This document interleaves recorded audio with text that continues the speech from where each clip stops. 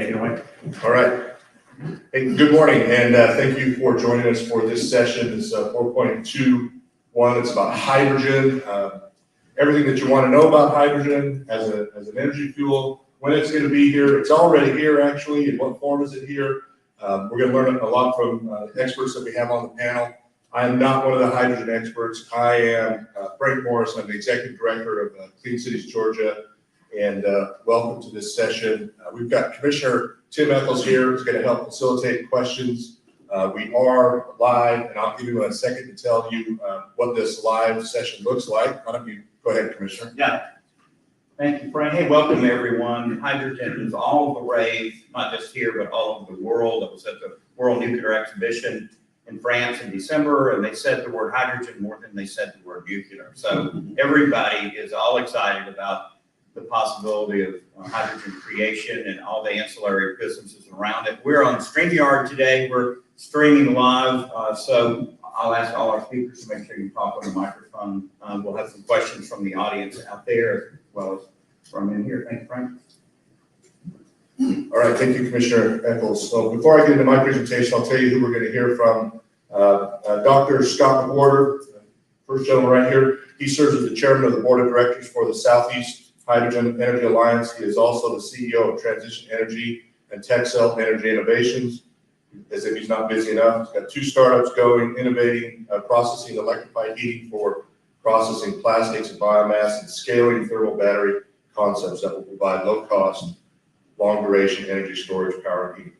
Dr. McWhorter has over 20 years of experience in hydrogen technology development, process design, scaling, sensor integration for real-time monitoring, materials development, and program management, as well as being a federal business development and tech startup consultant. And we're going to take advantage of his knowledge today about hydrogen. He is the former division director for clean energy research for the Savannah River National Laboratory, which we're familiar with, where he led programs across DOE Office of Science, EERE, OE, vehicle technology, raising over $20 million in new funds during his tenure. Scott's Savannah River experience career spanned over 20 years, with 3 years spent as a hydrogen and fuel cell technology advisor with U.S. DOE. So, Scott, thank you. Glad you're here. And then also joining us, the second speaker after Scott is Jason Hanlon. He's the director of technology development and a senior engineering consultant for the Center for Transportation and Environment located in Atlanta. CTE is an Atlanta-based nonprofit that develops and manages advanced technology transportation projects, focusing on energy efficiency and environmental sustainability. Mr. Hanlon is responsible for the organization, development, management, and promotion of technical projects and programs for CTE. We're going to hear about some of the projects that he's worked on. These projects typically involve development of electric, hybrid electric, and fuel cell vehicles and associated fueling infrastructure. During his 24-plus year professional career, Mr. Hanlon has been responsible for the initiation and management of over $80 million in advanced technology projects for private, federal, and state sponsors. So, welcome, both of you gentlemen. Thank you very much for joining us. I'll give you a little brief Clean Cities perspective about hydrogen and what I know about it. First off, Clean Cities, if you didn't know about us, we are funded by the Department of Energy. We're the only program that the Department of Energy has to promote and advocate for the use and adoption of alternative fuels. It was started in the 90s, was conceptualized in the 80s. They got it up and running, funded in the 90s. Clean Cities, Georgia was actually the first coalition that was chartered by the Department of Energy under a nonprofit partnership for clean transportation. So you had a bunch of businesses and organizations in Atlanta and Georgia that came together and said, we want to do this, and they worked through the charter, and that's the nonprofit that supports Clean Cities, Georgia. So we are funded through the Vehicle Technology Organization. We do serve as that coordinator for information gathering. It comes to us. We try to share it with folks. A good example of that is we get folks calling us up saying, I've got this great technology. I want to introduce it to Georgia. Who do I need to talk to? I said, well, what's the technology? Well, it's something about battery or EV technology. Well, you know what? Commissioner Tim Echols has an EV brain trust. Let me get you in touch with him, and you can share that information. That's worked several times for us. So But the whole concept of the Clean Cities organizations across the U.S., you can see here's a map, and we don't have a Clean Cities Coalition in every state, and some states are not covered in entirety, like the Texas or Florida. But Alabama, Georgia, South Carolina, the three of us, we all cover our own states. We're a nonprofit, as is Alabama, but South Carolina is headquartered under their energy office. If you look at just another example, East Tennessee, there's 3 coalitions in Tennessee. East Tennessee Coalition is under the University of Tennessee. Virginia is under the University of Virginia. So different ways that we serve our communities. We are fuel agnostic. We are. So we advocate for electric, hydrogen, natural gas, propane, renewable products, different renewable technologies.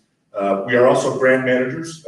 We help our communities to apply for federal grants, and once they're won, sometimes we administer those. We could be the prime or subprime on some of the grants, and we've got a little bit of experience with that over the 29 years that Clean Cities Georgia has been around. So we're going to talk about hydrogen, and these gentlemen are experts on this information, this technology. They're going to educate us all on where hydrogen sits today. If you were paying attention last year, Secretary Granholm, Department of Energy, she launches the Hydrogen Energy Earthshot. And I know that Scott's got more of this information in his presentation. And there was recently a summit on hydrogen and what that rollout of the hydrogen funding is going to look like. So speaking of hydrogen funding, in the IIJA, Infrastructure and Investment Jobs Act, IIJA, there was $8 billion set aside for hydrogen development, hydrogen hubs. The Earthshot is to reduce the cost of clean hydrogen by 80% to get it down to $1 per 1 kilogram in 1 decade. 111. That's the Earthshot. And right now, Scott, how much is it going for? If it's clean, right, maybe about $8 to $10. All right, so from 8 to 10 down to 1 in a decade. And that is a challenge. It was announced that there would be hydrogen hubs funded across the U.S. And initially, the announcement was there would be 4 hydrogen hubs funded across the U.S., regionally diverse, energy stocks that feed or help to create the hydrogen should be diverse. Then there was an additional announcement that, well, maybe it's not 4, maybe it's 6 to 8. So maybe that money gets spread around a little bit more. So DOE, you can see that they expect to award funding between 400 to 500 million, 50% federal cost share. So 50% out of Fed's pocket, 50% out of the private sector pocket as well. And of course, it's going to take some time to learn more about that, but it could be carried out over the next 8 to 10 years, maybe sooner. Maybe we move a little bit faster. And then some of the entities that will be able to apply for this funding: state, local governments, FPOs, planning agencies, transit, port authority, and tribal agencies as well. That announcement was part of the IIJA additional funding that was for alternative fuel vehicles. So the reason I show you this is because there's also additional money that could be used for hydrogen, natural gas, and propane. And by the way, in our session that follows this session, we're going to talk about natural gas, propane, and electric as a transportation fuel. But notice that this $2.5 billion could also be used to fund hydrogen projects as well. So you got the $8 billion for the hubs, you got $2.5 billion for transportation projects, and then below that is information about the NEVI program, NEVI grants, NEVI plans for all states were due a couple of weeks ago. They were submitted. Georgia submitted theirs. I'm sure whatever state you're from, of the 38 states that are here, they submitted those as well. So the additional funding, as I mentioned, be used for hydrogen and other stations and different types of funding in communities and programs. All right, a couple of announcements that just kind of bring this to bear that it's real and it's happening. May 2nd of this year, Senator Ossoff convened a group of folks to discuss hydrogen. And his plan was, and I think he pulled it off well, was he had an undersecretary for the Department of Energy representing Senator Granholm. She couldn't be there, but he brought the community, hosted at Georgia Tech, brought many people that are in the hydrogen space that are actually doing work right now or are interested in doing work with hydrogen. And it was a great opportunity to learn how many different businesses are actually doing something with hydrogen today. Hydrogen is being produced in Georgia today for facilities management equipment. It's going to be a feedstock for additive to jet fuel. We'll hear more about that as well. But he held that on May 2nd, and the whole idea was, Undersecretary, look at all these people in Georgia that are interested or doing something with hydrogen. This would be a great place for a hydrogen hub in the Southeast, specifically Georgia. And we know that a group of folks are going to have to come together. Someone's going to have to take leadership on that to respond to that RFP that Senator Granholm talked about. That will should be released in, we're saying September, October. So we wait to see that. But somebody's going to have to take the lead on it. There are absolutely companies that are looking at this, and you'll hear more about that. So that was one thing. Plug Power breaks ground in is it Camden? Camden County, investing $84 million to create 15 tons of liquid green hydrogen per day. There's obviously a market for that. That's their smaller project. The larger project was the one that they announced in New York that maybe 90 tons daily. So we'll see. But two very large investments. Globally, British Petroleum, they just announced that they're going to kick off a hydrogen hub in Australia, in the outback somewhere. And they're going to create green hydrogen, 9 million tons. Plus, they're going to have a spin-off of that, which is ammonia. So I'm not sure how that happens, but we'll see. So there's just a couple of things going on. So with that, I'm going to turn it over to Scott McWhorter who'll bring up this presentation.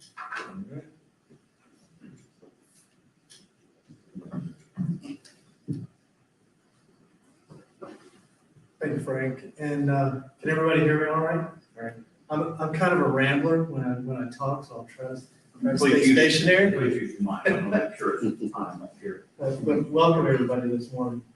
We'll wait for Frank to bring up the presentation, but as Frank mentioned, I'm Scott McWhorter with the Southeast Hydrogen Energy Alliance, and I'll tell you a little bit more about the Alliance and what we do, what we've done with respect to the hub and kind of where everything's going at this stage. I can't reveal everything because they're team working, and you'll hear about that. So I may be able to say something. So the what we call SHAEA or SHAEA, however you want to, it's the Southeast Hydrogen Energy Alliance, and we're really I'd say it's an organization that's been around for a while. It was conceived back in 2006, 2007 as the South Carolina Hydrogen Fuel Cell Alliance, right? So it was a state focus. It really was very narrow.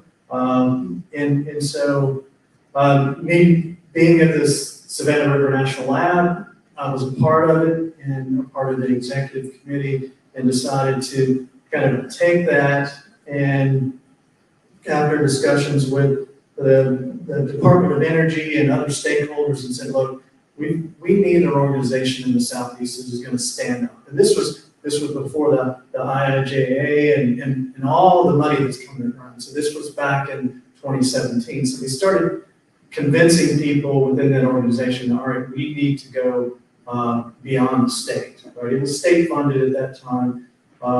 And so you can imagine there's politics behind all of that. So we were able to do that in about 2018, 2019. We teamed up with what is E4 Carolinas. They're headquartered in Charlotte. So they're kind of looking at energy across the Carolinas. And they provided kind of a stable back office for a small organization.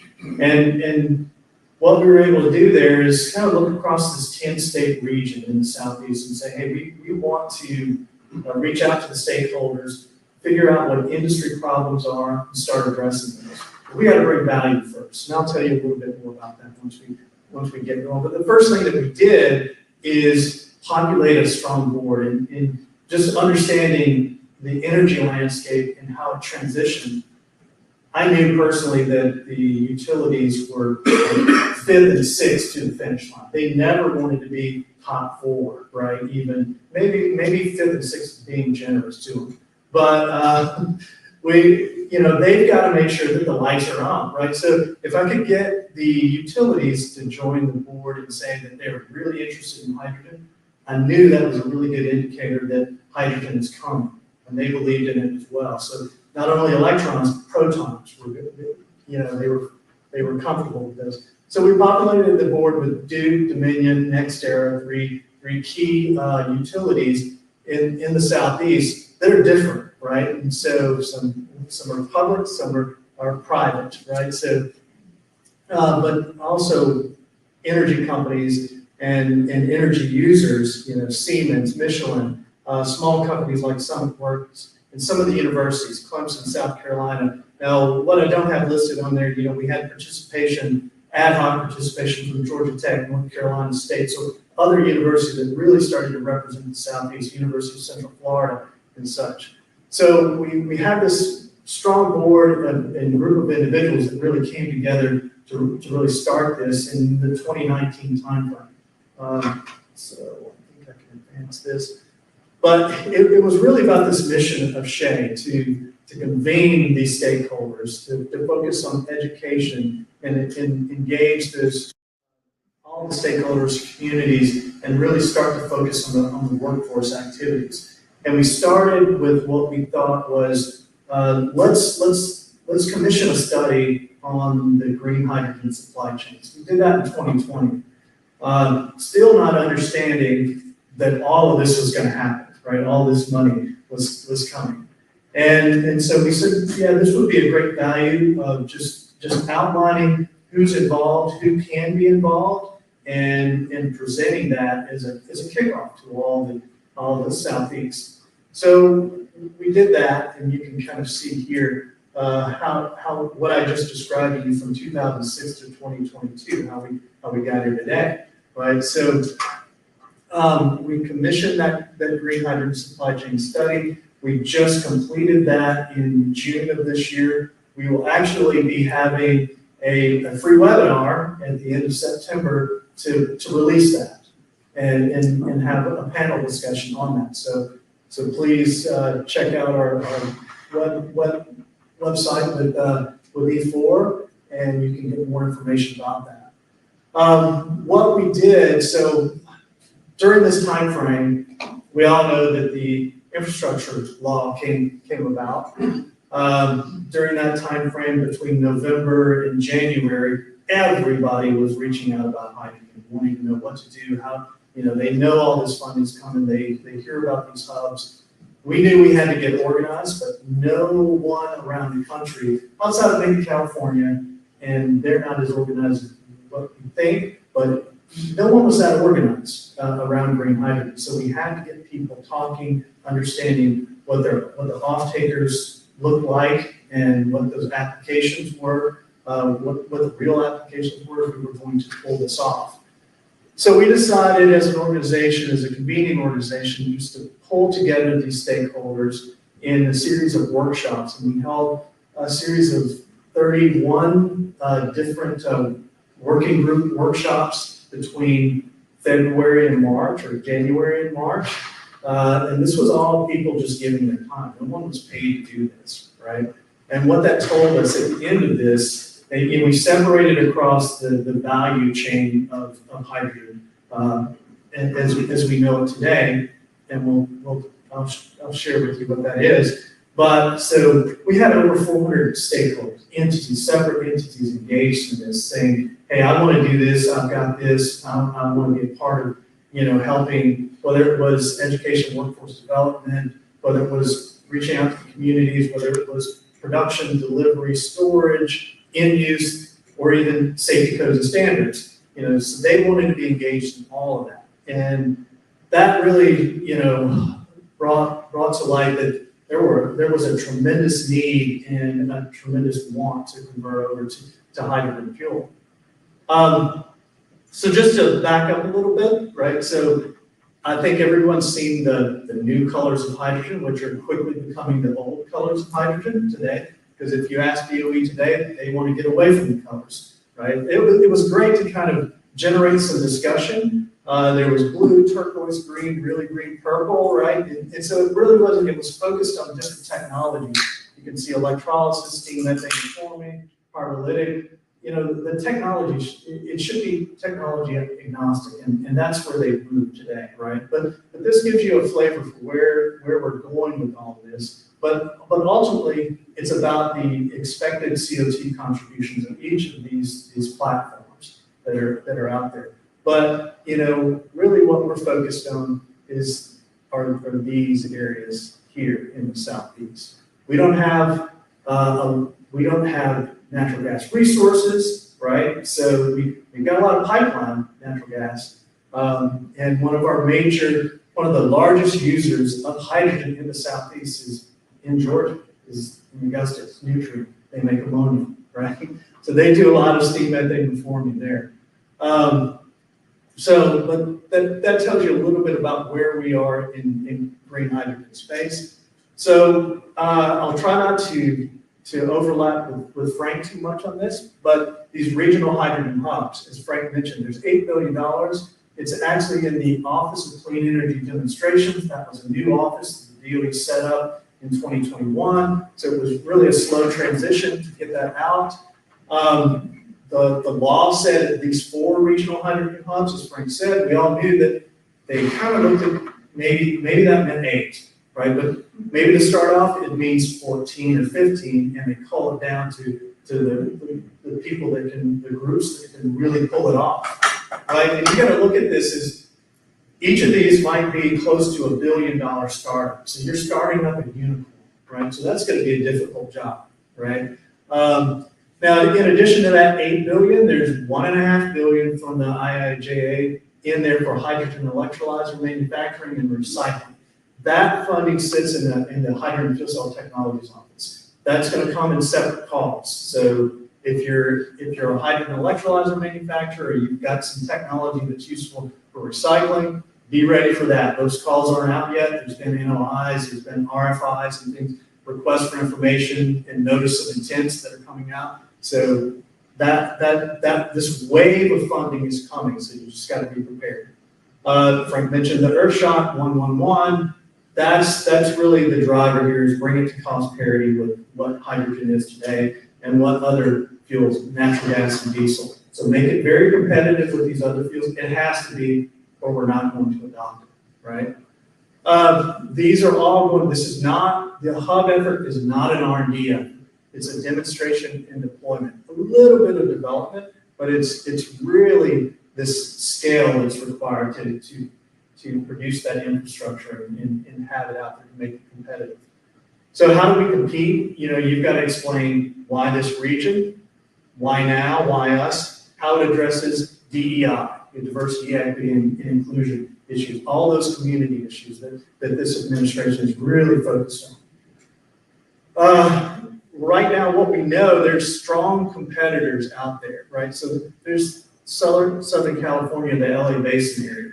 We thought, yeah, California's been doing it for years. They've got 30 energy stations already in there. They've got vehicles in their state.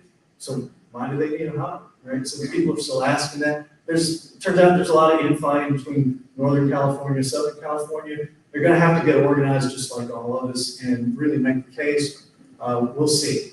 Texas Gulf Coast, I look at this as they're probably the leaders in the club. So you have the largest use of hydrogen in the world, I would say, in the Texas Gulf Coast with all the chemical production. So we expect to see one there. They're getting organized quickly, so we'll see that. We've heard a lot about NYSERDA in New York. There's a lot of infighting, there's a lot of politics behind that. Great Lakes, Ohio River Valley, including West Virginia. We know Senator Manchin, who was really behind the IIJA.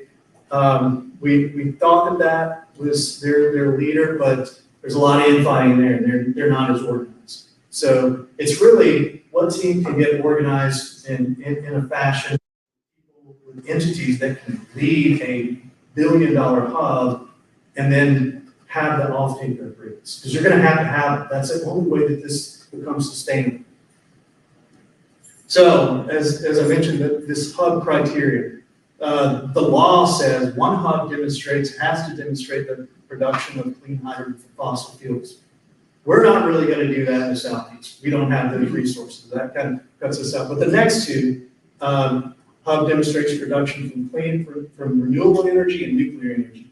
That's our strengths in the Southeast, right? So we've got leaders, states that are leading in PV implementation in the Southeast, and we've got lots of nuclear in the Southeast, which is, these are going to be great aspects to exploit.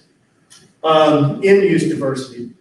We have to demonstrate electric power generation sector use. We have to show industrial sector use. We have to show commercial heating, residential and commercial heating sectors. So that could be food industry and those types. It could be buildings, those types of things. So there's a need there for that in the Southeast as well. But the transportation sector is going to beat all sectors, right? But we've got to look at this diversity across there, and we need end users across here to stand up and say, hey, I'm willing to take this on, and I'm building a new building. If it makes sense, let's go ahead and do it.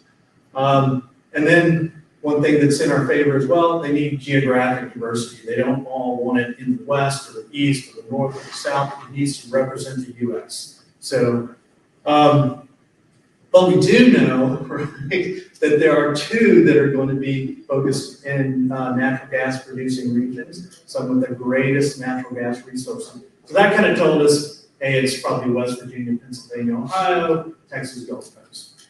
Maybe not. We'll see. And Frank kind of mentioned some of these in there, but you can see the key metrics of interest, mainly decarbonization potential, system cost, quantity produced, and I think this is probably one of the key specific off-taker agreements. So that's going to take a while, right? So we've got to get there.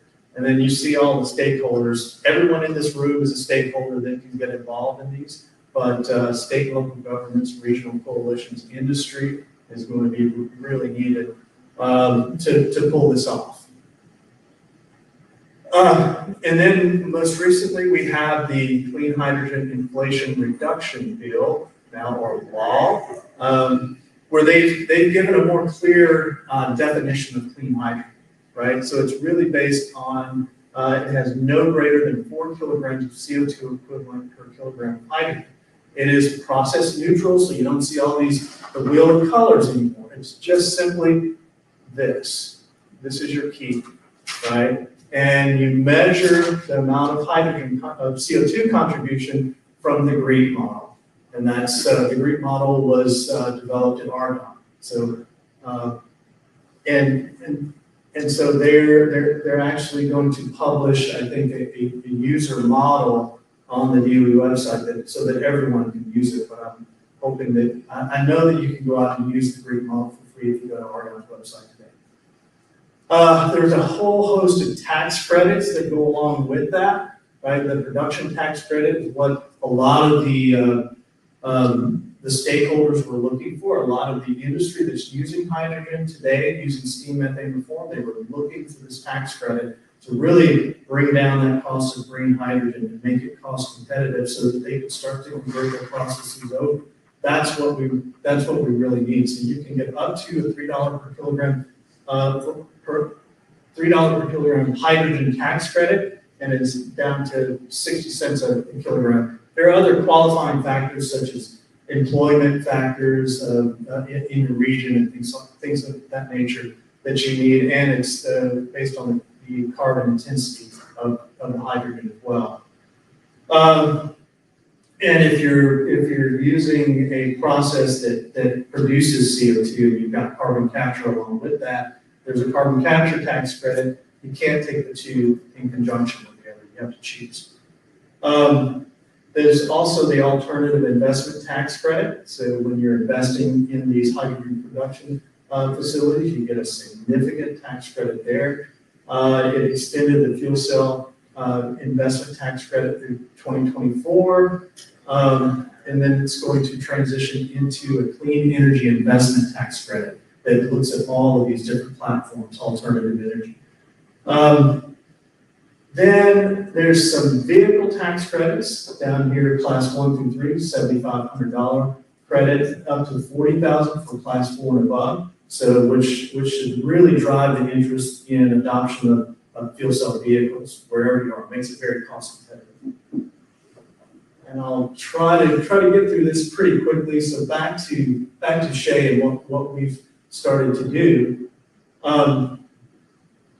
We set out on the pathway to understand the Southeast, right? So our basis was the green hydrogen energy value chain that I mentioned before, really understanding what entities in the Southeast could contribute to this. We participated and worked with the Energy Futures Initiative, a workshop on focusing potential for hydrogen in the Carolinas. That's Secretary Moniz's group out of DC. And then we actually put on that working group, creating the Southeast Hydrogen Energy Economy that I talked about.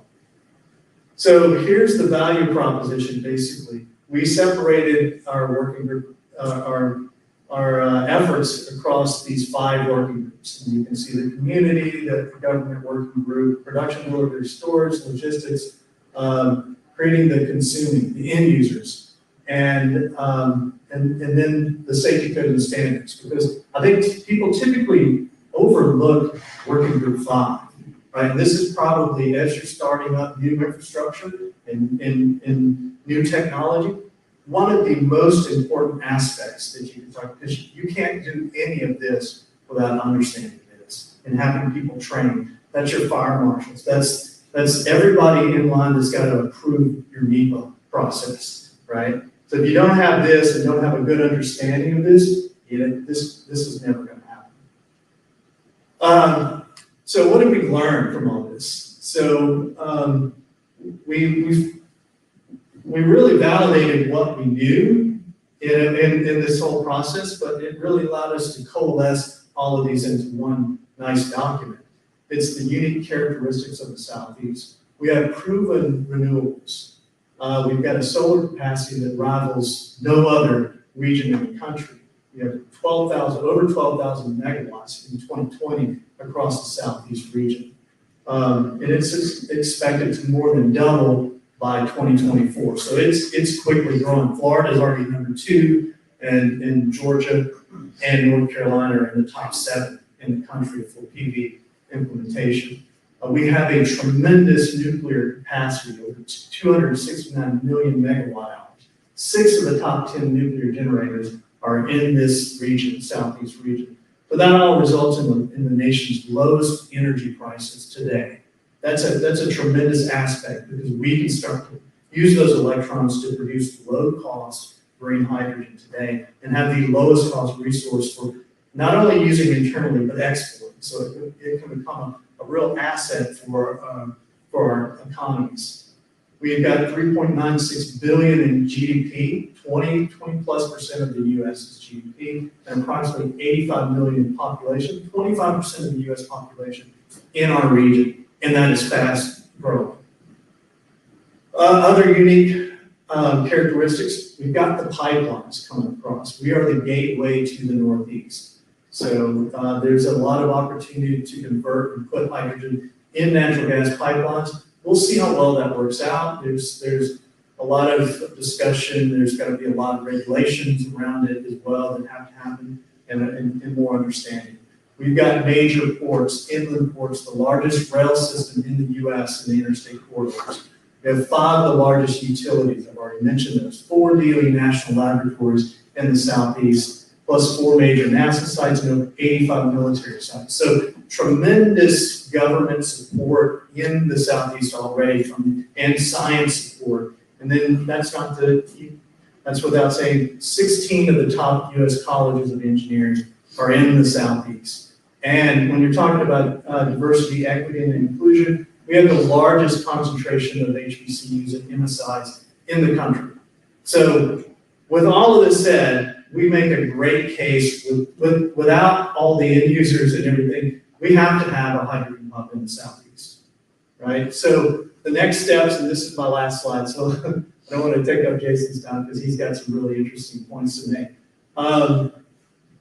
So we will continue to evolve and integrate all the concepts from the stakeholders. We're doing that now.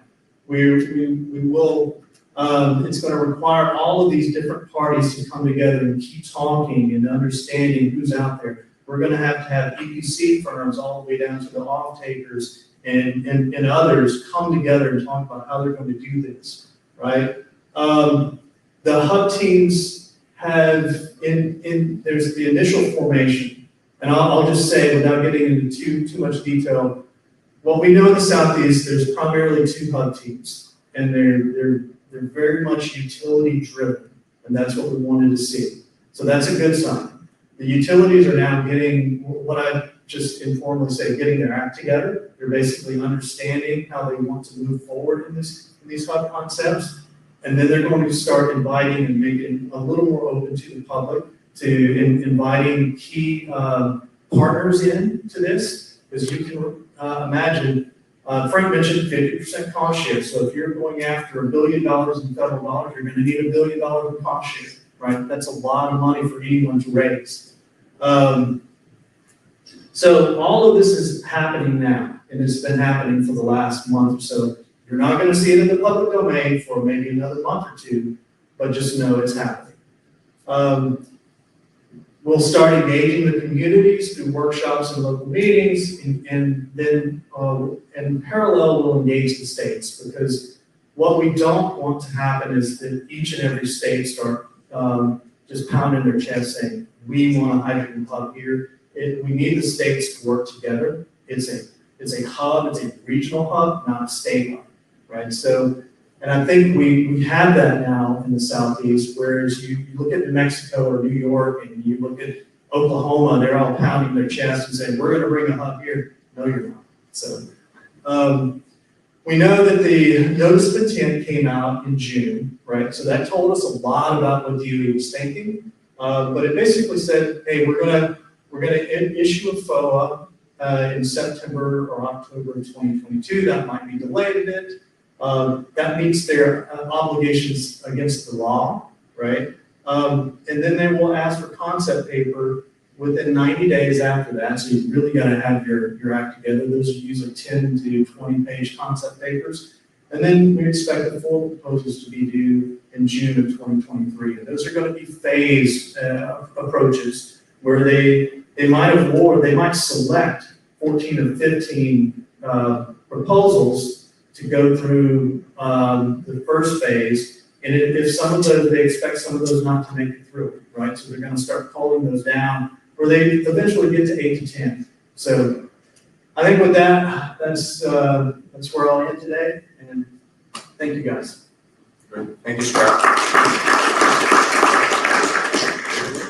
Okay, Frank's queuing up the next set of slides. I have to say, Dr. McWhorter, you're one of the most, let me get the right word here. You got a PhD, right? I mean, Yeah. You know, you're, I guess, outgoing, it's salesmanship. I mean, the things you said about the Southeast, more solar, cheap rates, I mean, you just gotta love that. Do you do consulting for political campaigns or anything? I do.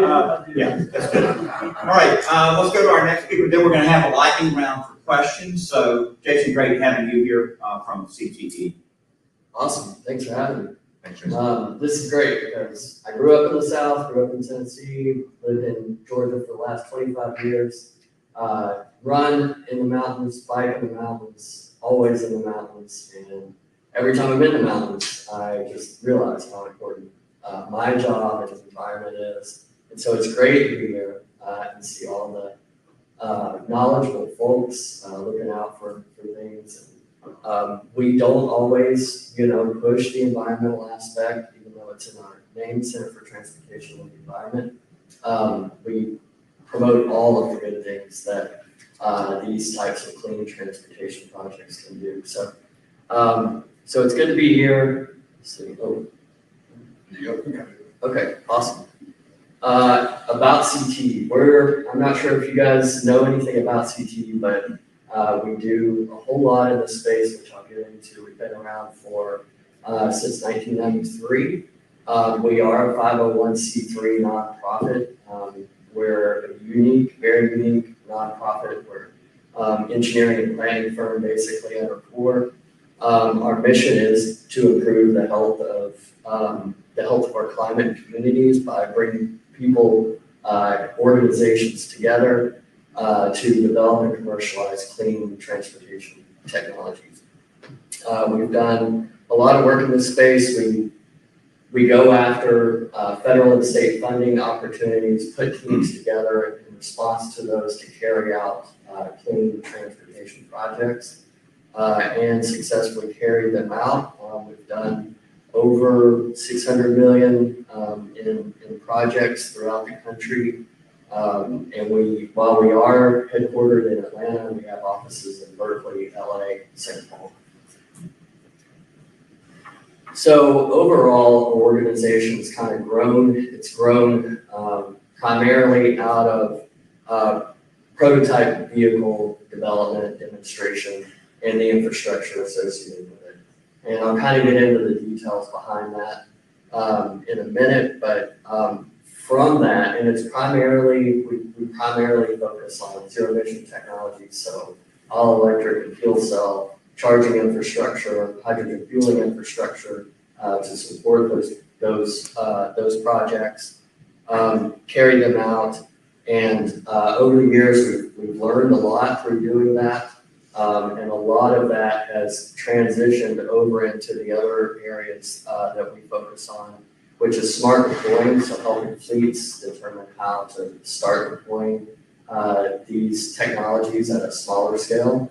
But also doing full fleet transition plans. So a lot of fleets are trying to figure out how to transition their entire fleet to zero emissions. So we kind of go through and take an analytical, data-driven approach to both of those and utilize a lot of the things that we've learned in these programs. We also have a big education and outreach program. We lead the largest zero emission bus conference that's coming up next month in Anaheim, California. And we do just a lot of other things related to education and outreach across the country. So here's a map of our projects. As you can see, a lot of the work is, of course, in California. There's a lot of state funding in California. We do a lot of projects with California Energy Commission, Air Resources Board, Air Quality Management Districts. And there's just a ton of activity in that state. But that doesn't mean we're not focused on the rest of the country, including the Southeast. So we are a member-based organization. And I think our membership is over 100 plus members right now that help support basically our everyday activities, but they're also key to us being able to carry out programs and projects. And they're small organizations, large organizations, and they range from really vehicle suppliers, integrators, component suppliers, infrastructure, gas suppliers, utilities, universities, any organization that it's going to take to round out a successful project. And essentially, we're trying to commercialize the technology that they're bringing to the table. So these are our leadership circle members. We've seen a big push from the energy companies to get more involved in this space. We do a lot of work with Shell, do a lot of proposal writing, putting teams together for those groups. Phillips 66 just joined, so we're excited about the prospect of those guys coming into the space. Here's our general membership.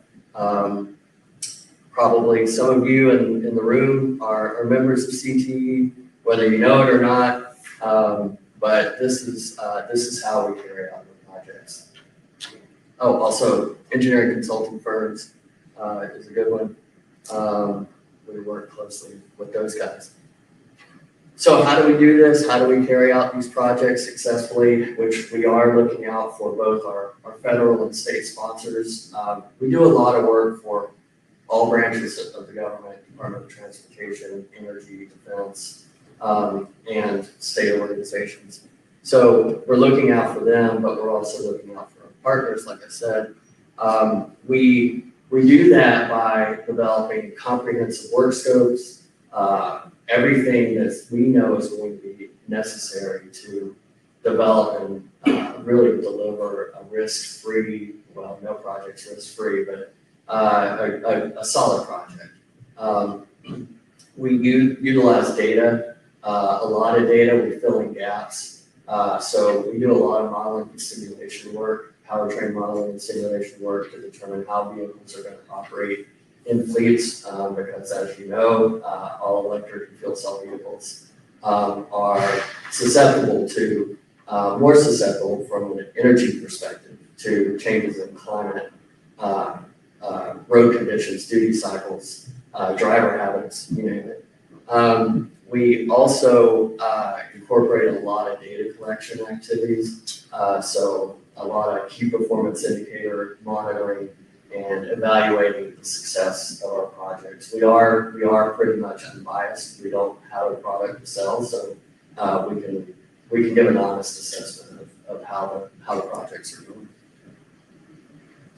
Okay, so why hydrogen?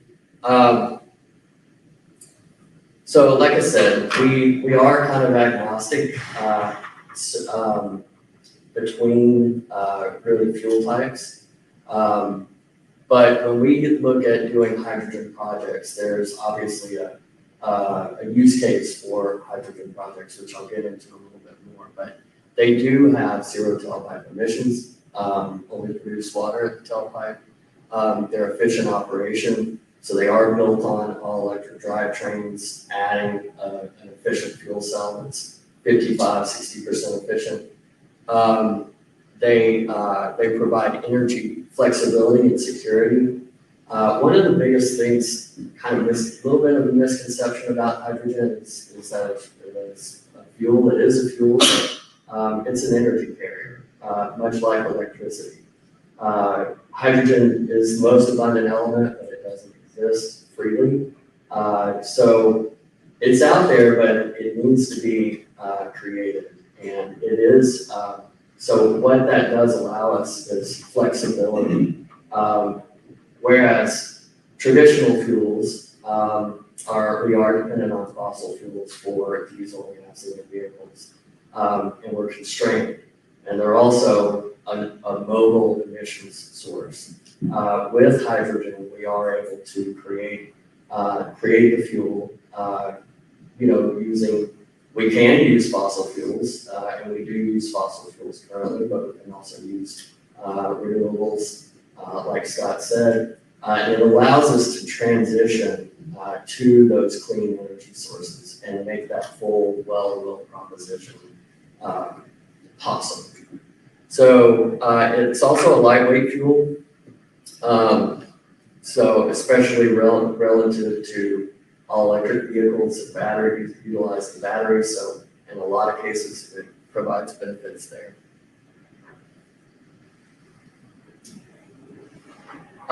So we kind of get into, once we get to the point where we need zero emission vehicles, and it's either going to be all electric or fuel cell.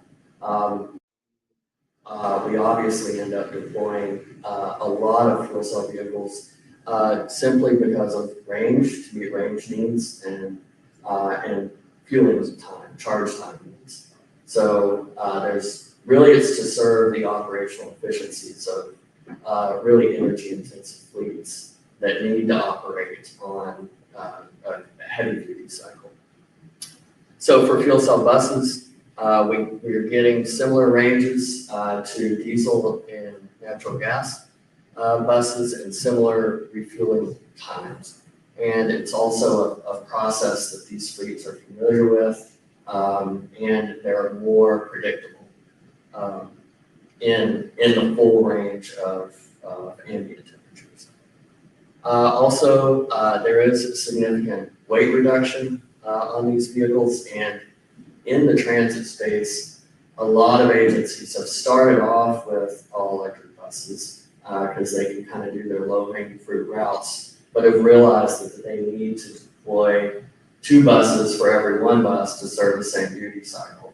So in a lot of cases, we're now seeing a lot of transit agencies who started off with all electric bus fleets who are transitioning to hydrogen.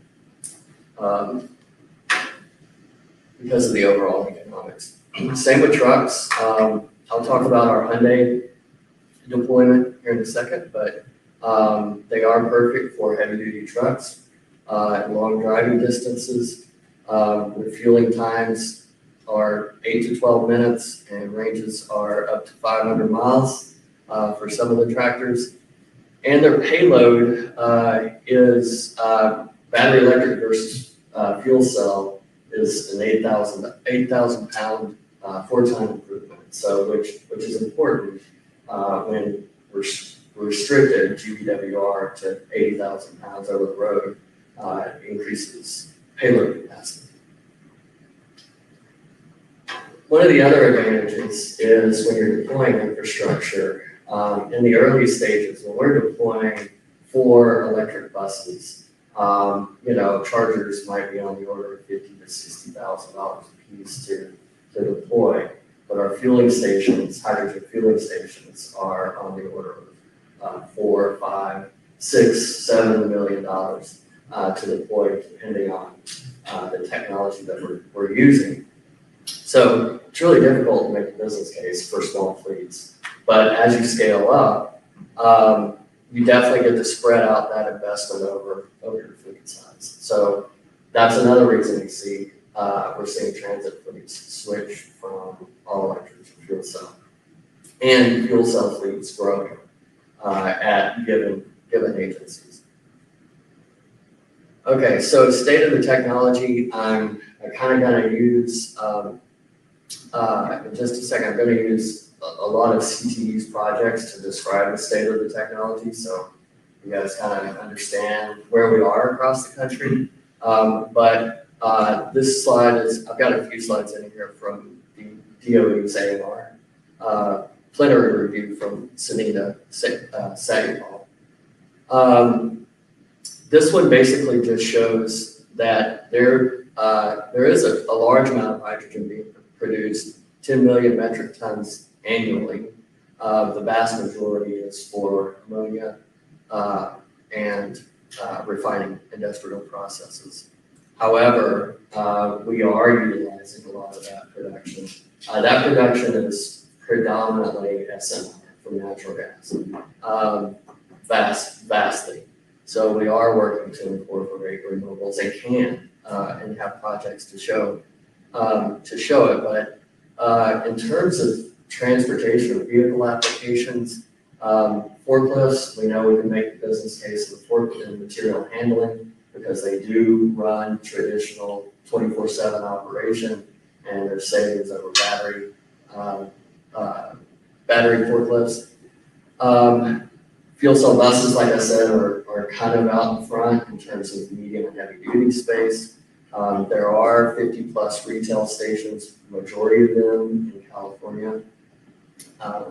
And there's about 13,000 light duty vehicles operating again in California. So it is real, it is here. So on the medium and heavy duty space, this is kind of a snapshot of our growth and how we've grown over the years. We started out in the defense space with hybrid electric Humvees, with all electric school buses. That's a Bluebird bus. A lot of people don't know, we started very, very early in 1995 with electric Bluebird school buses, airport GSE, and then in 2008, FTA came out with the National Fuel Cell Bus Program. And that's where we really started developing and demonstrating prototype vehicles. And this particular bus is pretty famous because this is a Proterra bus, and Proterra, as you know, is an all-electric bus manufacturer out of Greenville, but the very first bus was a project that we led. There were 3 people back of the envelope, purpose-built, actually an electric fuel cell bus. There was a fuel cell on it, for range extender, and we demonstrated that in Columbia, South Carolina. Brought the fueling station to the city, and really kind of kickstarted a little bit of the hydrogen fuel cell activity in the south, but also Proterra as a major manufacturer in the south as well. So then, of course, the transit buses is probably, they are further along than anything on the commercialization spectrum. But now we're getting into, in the last, I would say, 6-7 years or so, we're finally getting into the heavy duty truck space. We developed and built with Kenworth, at Kenworth, a fuel cell truck. That truck was, as a drayage truck, was demonstrated in Port of LA. We're doing 19 UPS trucks through 2 projects. One's a repower, one's a ground up vehicle. Those will also be deployed in California, primarily because of the infrastructure. We're not deploying a station for that project. So if you build it, they will come. It's one of those things. If you have fueling, when we're putting projects together, we're looking for fueling stations and match. Cost share is also where we're generally taking our projects. And most recently, actually, this 50-ton top handler, we just got done building with Hyster-Yale. Nuvera is the fuel cell provider. That just shipped and landed at Port of LA. That actually has a fuel cell on it and wireless charging. So we will investigate the benefits of both in off-road port applications. So that's kind of where the technology is. We're early stage commercialization on a lot of trucks. There's still a lot of room to go, especially in the medium duty space.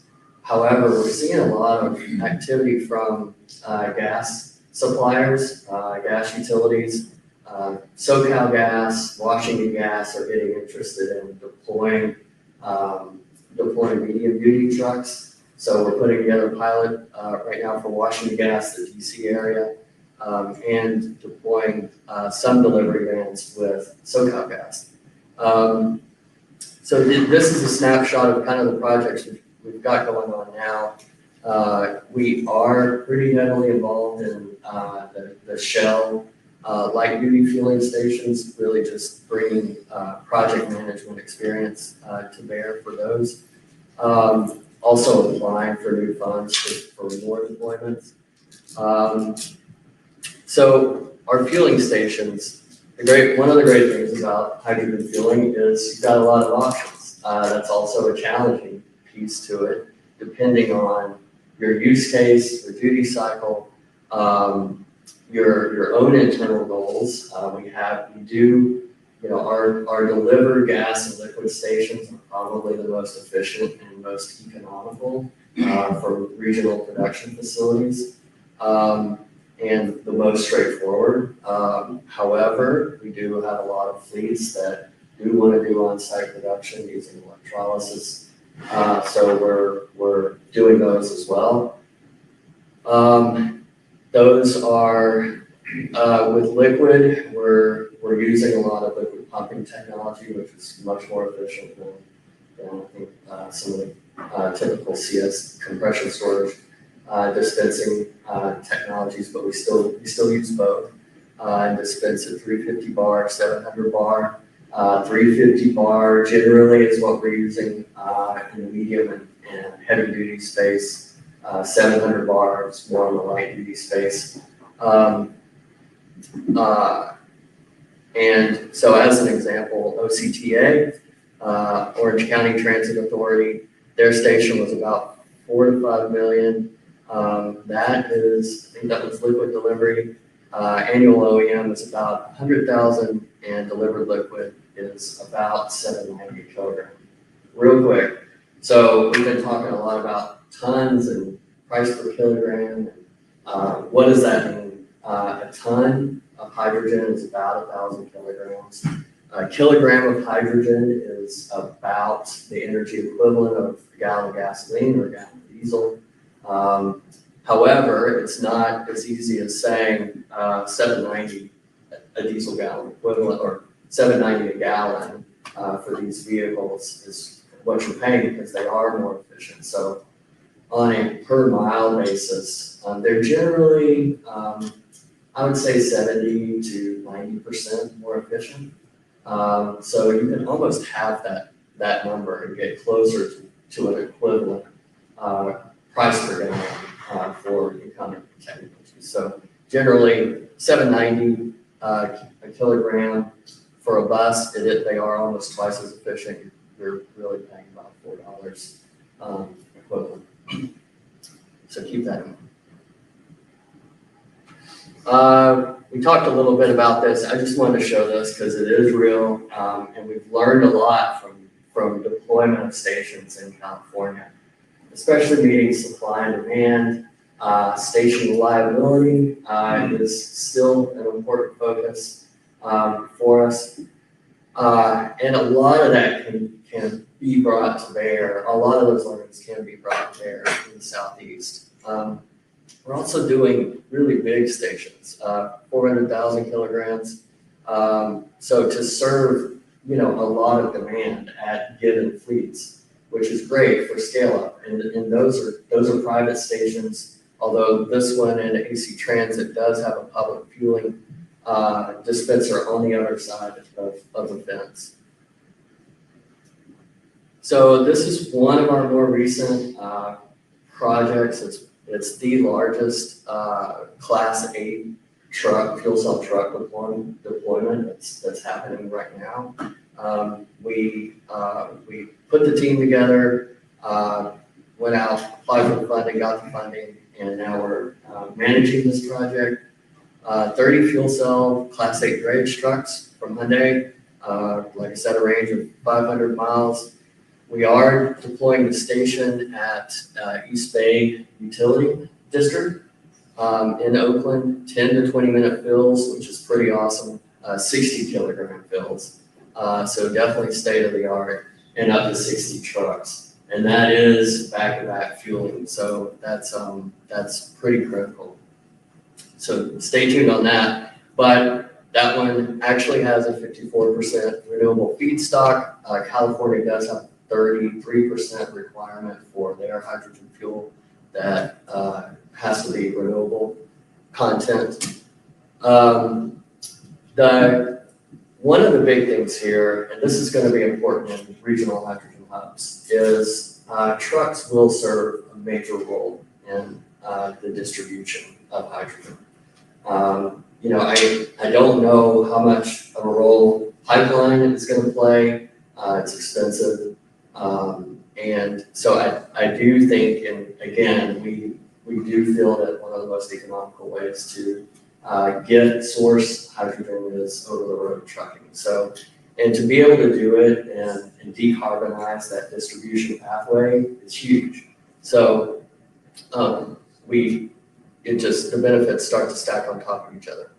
Okay, I'm gonna put on a Plug Power hat. We did invite them to speak, but solely because it's such a big plant in Georgia. It's an hour down the road in Camden County. And so I at least wanted to give an update on that and let you guys know that we do have these resources in the state and in the region. Jason, if you could just take a couple of minutes so we'll have time for questions. Oh, shit, sorry. So I'll forward ahead, but Plug does believe that they have, there's value in the full chain from production to transportation to handling, dispensing and use. And they are focused on all parts of the business. But they do have the large scale production, 50 or 45 tons per day, utilizing 120 megawatts of electrolyzers, Plug built electrolyzers. They are sourcing their electricity through a purchase agreement with Okefenokee REMC, and that is solar supplied. And it is one of the first of their 12 plants that they expect to deploy. So we do have a source of green hydrogen in the area, which is great. They also supply a pretty big list of customers, not just with hydrogen, but with their material handling equipment and a lot of other activities. So really quick, we do have electrolyzer production capacity in the southeast. It's actually fairly big. It's bigger than you would think. The big pink one is the Camden County plant that I just talked about. So we do have some of that expertise already and supply already in the southeast, which is important when you're sourcing over the road hydrogen. Scott talked about this, but this is a DOE slide. So in the eyes of DOE, who the program is coming through, it's very clear that the South does have resources with solar, biomass, and nuclear that we talked about.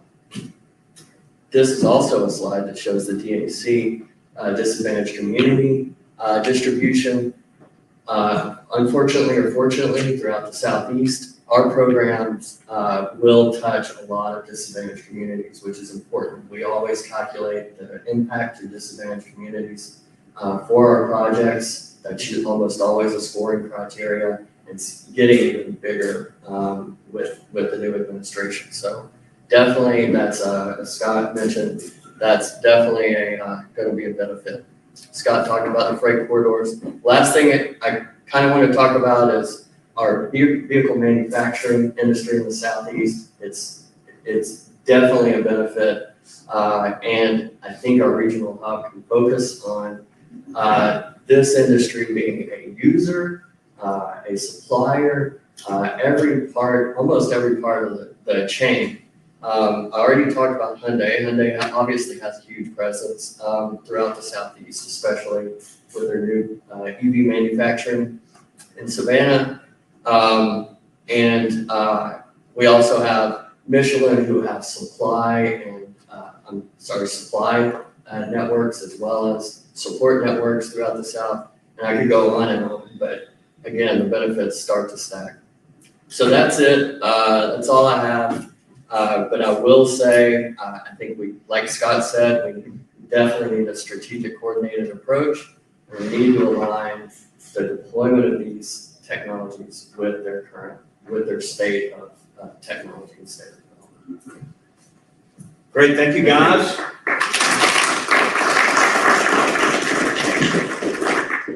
We have 7 minutes.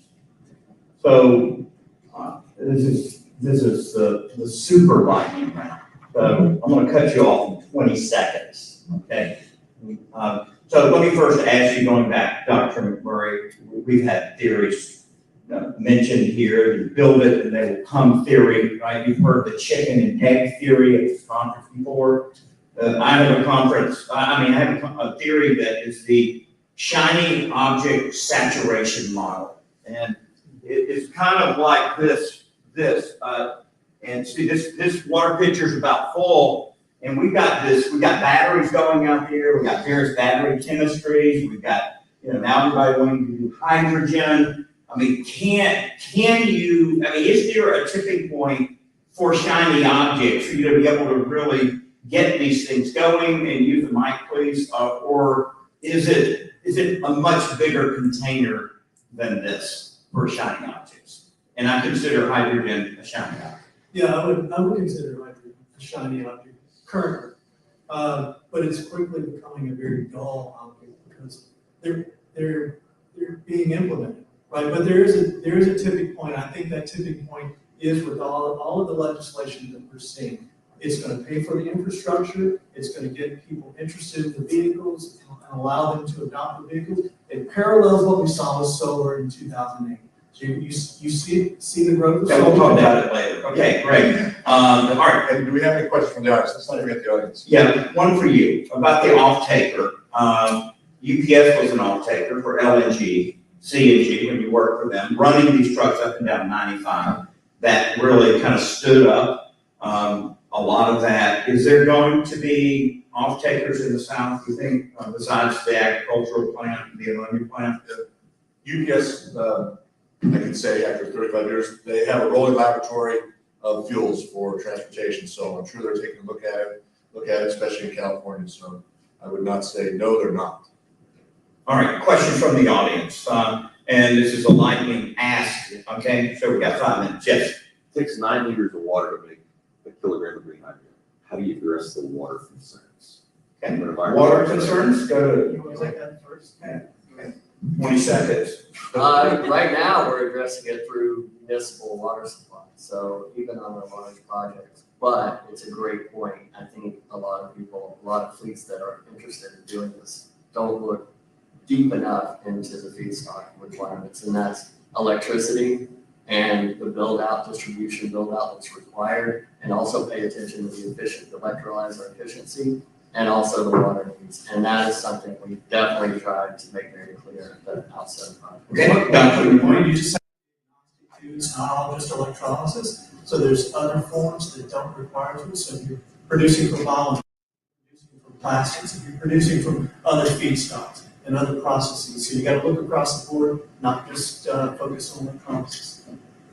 Okay, question, yes. Steve? The 50 trucks or so that are being deployed in Berkeley, for Class 8 drainage and everything, perfect application.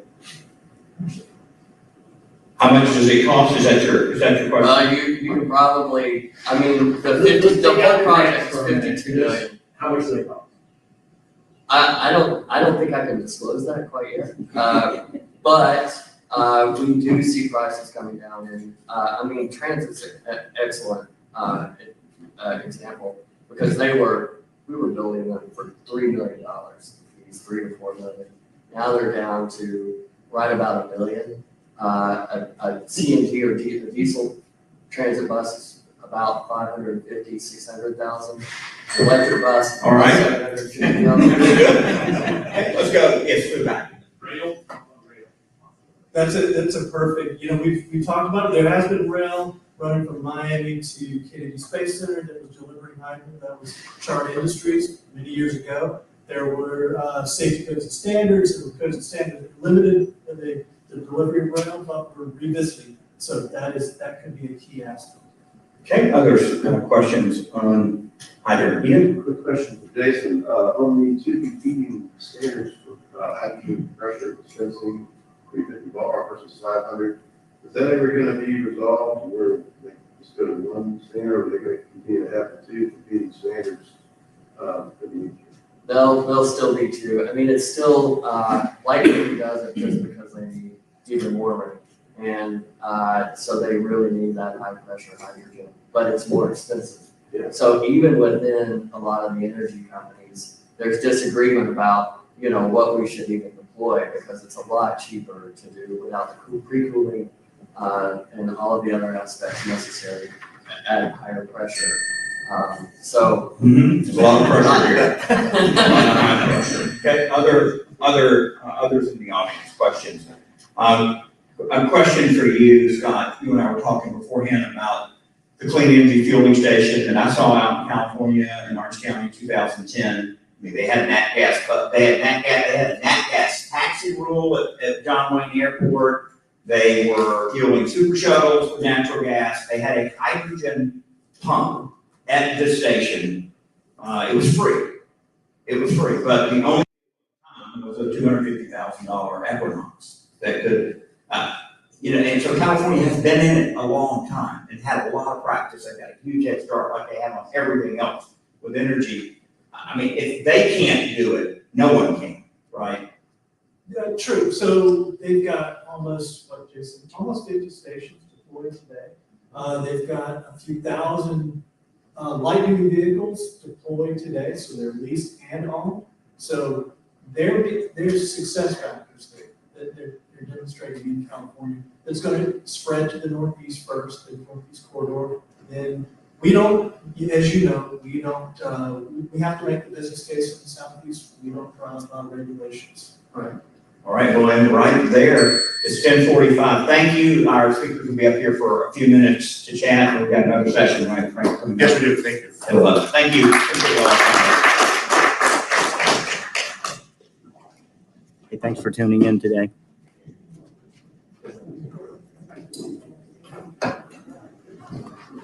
Have a great day.